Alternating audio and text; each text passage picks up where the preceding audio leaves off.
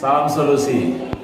Teman-teman semua, kita hari ini akan menemui beberapa kelompok dan dalam kelompok ini nanti akan mendiskusikan sesuai dengan topik-topik yang sudah dibagi. Kita berharap ada masukan, ada kritik, ada pertanyaan dari kita yang sedang mengamati video ini. Mudah-mudahan ini menjadi salah satu bagian dari proses pembelajaran kita supaya kemudian hari kita menjadi lebih baik lagi. Demikian saya kira untuk kita nikmati bersama diskusi ini. Salam solusi. Assalamualaikum warahmatullahi wabarakatuh. Kami dari kelompok 6 ingin menjelaskan tentang materi memahami ontologi. Sebelum itu, perkenalkan nama saya Mia Maulidah dan rekan saya. Perkenalkan nama saya Elvi Berita Tenendung dan teman saya Maharani. Di sini saya akan menjelaskan sedikit tentang ontologi. Ontologi merupakan salah satu bagian terpenting dari kefilsafatan, di mana membahas dan mengkaji segala sesuatu yang harus dilakukan atau dipahami terlebih dahulu. Ontologi juga berasal dari bahasa Yunani, yaitu ontos dan logos. Ontos yang berarti keberadaan dan logos yaitu berarti study. Di sini kita akan masuk dengan pertanyaan sisi jawab. Berikan gambaran yang jelas tentang pengertian ontologi secara terminologi. Di sini akan dijelaskan oleh teman saya Mia Maulidah. Ontologi merupakan studi mengenai ciri-ciri esensial dari yang ada dalam dirinya sendiri yang berbeda dari studi tentang hal-hal yang secara khusus. Ontologi dapat diartikan sebagai pengetahuan sebuah cabang filsafat yang menggeluti tata dan struktur realitas dalam arti seluas mungkin. Ontologi juga mengandung cabang filsafat yang melontarkan pertanyaan yaitu ada apa, serta menganalisis macam makna yang memungkinkan hal yang dapat dikatakan ada. Pertanyaan yang kedua, dalam kajian ontologi, apakah objek pengetahuannya? Saya akan menjawab, yaitu objek pengetahuannya mengenai hakikat ketuhanan yang dipahami oleh manusia dengan keanekaragaman di dalamnya. Ada yang memahami melalui pengalaman, dan ada yang memahami melalui berbagai pemikiran para filsuf yang terdahulu. Kami lanjut ke pertanyaan yang ketiga, yaitu sebutkan beberapa pengertian menurut para ahli tentang ontologi. Di sini saya akan menjawab pertanyaan yang ditanyakan oleh teman saya Mia Maulidah. Yang pertama, menurut Judin E. Susilo Sumantri, ontologi membahas apa yang ingin kita ketahui dan seberapa jauh yang ingin kita tahu. Atau dengan perkataan lain, suatu kajian mengenai yang ada dalam universal menyampaikan pemikiran semesta universal. Yang kedua, menurut Amsal Bakatiar, ontologi berasal dari kata yang berwujud. Ontologi juga disebut dengan teori atau pengetahuan tentang wujud hakikat yang ada. Ontologi tidak selalu berdasarkan pada alamnya nyata, akan tetapi berdasarkan pada logika semata-mata.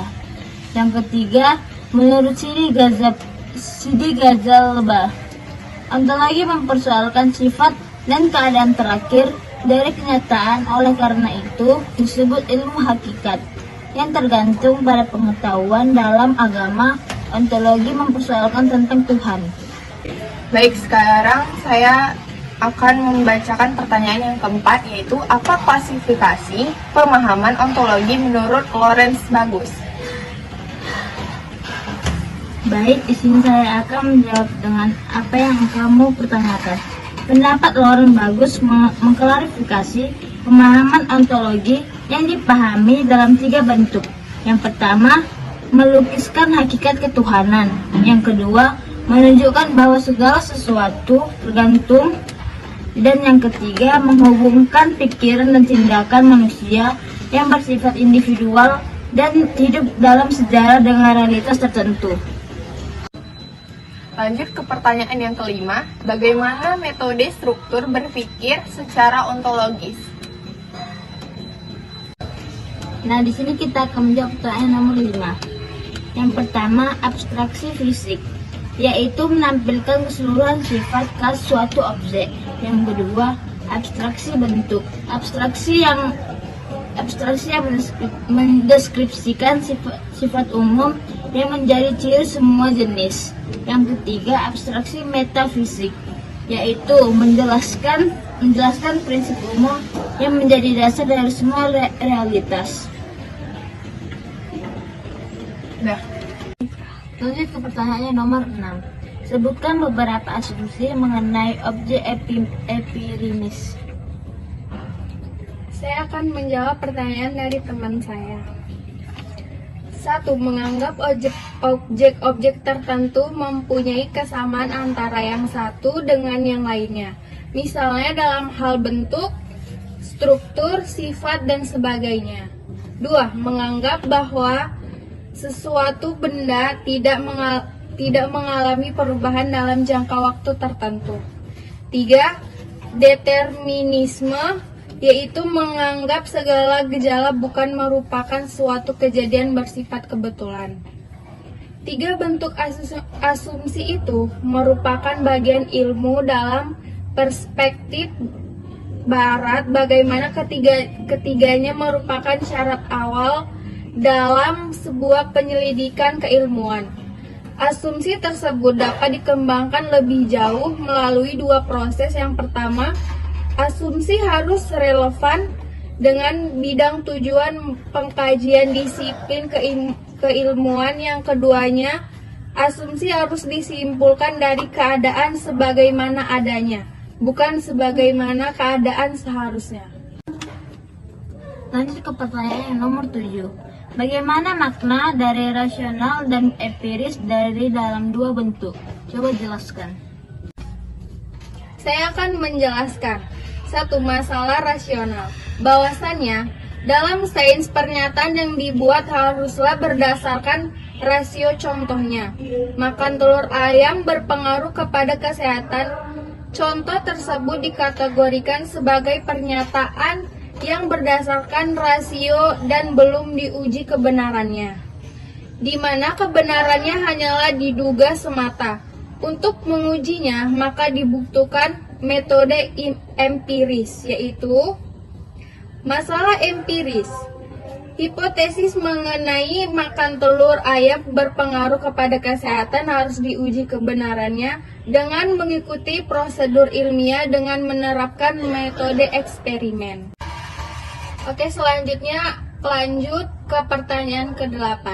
Gambaran aliran-aliran dalam ontologi. baik, saya akan menjelaskan aliran-aliran dalam ontologi. Yang pertama, terdapat dari 3 segi. Ya, segi pertama, segi kuantitas. Dilihat dari berapa banyak susunan kenyataan yang sedalam-dalamnya. Dalam segi kuantitas ini terdapat 3 aliran. Yang pertama, aliran monisme, yaitu bahwa yang ada itu hanya satu. Yang kedua, aliran dualisme, dasarnya berlawanan dengan aliran monisme, yaitu berpendapat bahwa benda terdiri dari 2 macam, hakikat sebagai asal sumbernya. Yang ketiga, aliran pluralisme, yaitu menyatakan bahwasannya berbagai macam bentuk merupakan kenyataan. Segi yang kedua yaitu segi kualitas, yang meliputi ada aspiritualisme yang merupakan aliran filsafat yang menyatakan bahwa kenyataan yang terdalam adalah alam semesta adalah roh. Yang kedua ada aliran materialisme, yaitu berkeyakinan bahwasannya sumber yang asal itu adalah materi, bukan ruhani, dan zat yang mati merupakan kenyataan dan satu-satunya fakta. Yang ketiga itu aliran idealisme, dikenal dengan istilah idealis yang diambil dari kata idea, yaitu sesuatu yang hadir dalam jiwa. Yang keempat, aliran nihilisme. Istilah nihilisme berasal dari bahasa Latin, berarti nothing atau tidak ada. Yang pertama kali dikenalkan oleh Ivan Turgenev pada tahun 1862 di Rusia, yang menjelaskan bahwasannya ajaran atau doktrin mengenai nihilisme sudah diperkenalkan pada masa Yunani melalui filsuf Gordia yang memperkenalkan 3 profesi tentang realis, yaitu tidak ada sesuatu yang tidak eksis, Yang kedua, bila sesuatu itu ada, ia tidak dapat diketahui.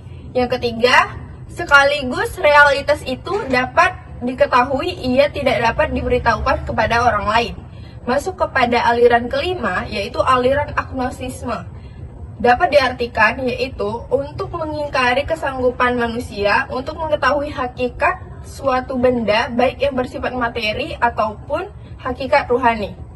Segi yang ketiga yaitu segi proses. Yang pertama, aliran mekanisme. Aliran ini berpendapat bahwa semua gejala atau peristiwa seluruhnya dapat dirangkal berdasarkan pada asas-asas mekanis. Yang kedua, aliran teologis. Aliran yang berpandangan tidak mengkarikan hukum sebab akibat, melainkan berpendirian bahwa yang berlaku dalam kajian alam bukanlah hukum sebab akibat tetapi awal. Mulanya memang ada sesuatu kemauan atau kekuatan yang mengarah pada suatu tujuan.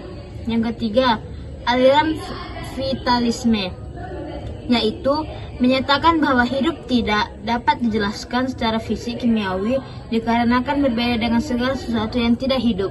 Sekian dari kami, dari kelompok 6. Bila ada salah kata ataupun perbuatan yang kami lakukan, kami mohon maaf. Assalamualaikum warahmatullahi wabarakatuh.